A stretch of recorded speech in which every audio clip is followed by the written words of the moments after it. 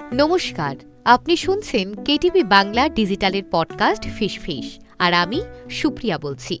পাহাড় নাকি সমুদ্র, এই দুটি শব্দ যখন পাশাপাশি থাকে তখন অধিকাংশ মানুষই পাহাড় পছন্দ করেন। পাহাড়ের মনোরম পরিবেশ থেকে শুরু করে শান্ত পরিবেশ ভ্রমণ পিপাসুদের অনেক পছন্দের। তেমনি আজ একটি সুন্দর পাহাড়ি গ্রামের হদিস দেব। কেটিভি বাংলা ডিজিটালের পডকাস্টের আজকের এপিসোড ফিশে রইল এ বিষয় বিশদ তথ্য। বাঙালি দীপুদার গণ্ডি পার করে ফেললেও পাহাড়ের মায়া ত্যাগ করতে পারবেন না। হাতের কাছে মায়া জড়ানো উত্তরকন্যার এত অব্বিট থাকা আর কেনই বা করবে।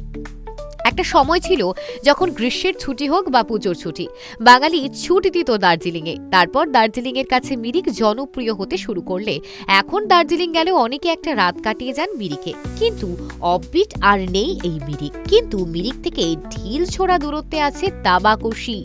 হাল ফ্যাশনের যুগে উত্তরকন্যার কোলে লুকিয়ে থাকা যেসব পাহাড়ি গ্রামগুলো এখন পর্যটকদের আনাগোনা বাড়ছে, তাদের মধ্যে অন্যতম হলো এই তাবাকশি।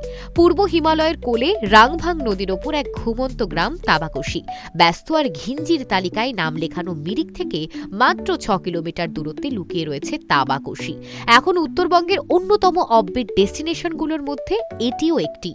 দুটি নেপালি নাম দিয়ে গঠিত তাবাকশি, তাম্বা যার অর্থ তামা আর কোশি মানে নদী। রাংভাং নদীর ওপর ঘন জঙ্গলকে দেখে মনে হয় যেন নদীর ওপর তামার দেশ। এখান থেকে গ্রামের নাম তাবাকশি। ঘন জঙ্গল বলতে এখানে রয়েছে পাইন, বার্চের সমাহার। কিন্তু জঙ্গলের চেয়েও তাবাকশিতে বেশ মন কাড়বে সবুজে মোড়া চা বাগান। আর শীতের দিনে নজর কাড়বে উপত্যকা জুড়ে কমলা লেবুর বাগান। মূলত প্রাকৃতিক সৌন্দর্যের টানেই বারবার পর্যটকেরা ফিরে আসে এই পাহাড়ি গ্রামে। উত্তরবঙ্গের জনপ্রিয় গোপালধারা চা বাগানের লাগোয়া জায়গা জুড়ে অবস্থিত এই পাহাড়ি অঞ্চলটি। জোরপোখরি, লেপচা জগৎ, সিমনা ভিউ পয়েন্ট, পশুপতির মার্কেট, গোপালধারা চা বাগান, মিরিক লেক, মিরিক মনেস্ট্রি আর আরও নানা জায়গা ঘুরে নিতে পারেন তাবাকশিতে। দুদিন থেকে ইচ্ছে হলে সময় কাটাতে পারেন রাম্মাম খোলার নদীর পাড়েও। পক্ষীপ্রেমীদের স্বর্গরাজ্যেই তাবাকশি। তবে এখানে শান্ত, শীতল, নৈসর্গ পরিবেশই বেশি আকর্ষণীয়। এই অঞ্চলের উচ্চতা মাত্র 3000 ফুট। সুতরাং শীতকালে যে খুব ঠান্ডা পড়ে তাও নয়, আবার গরমেও ঘাম হবে না এখানে এলে।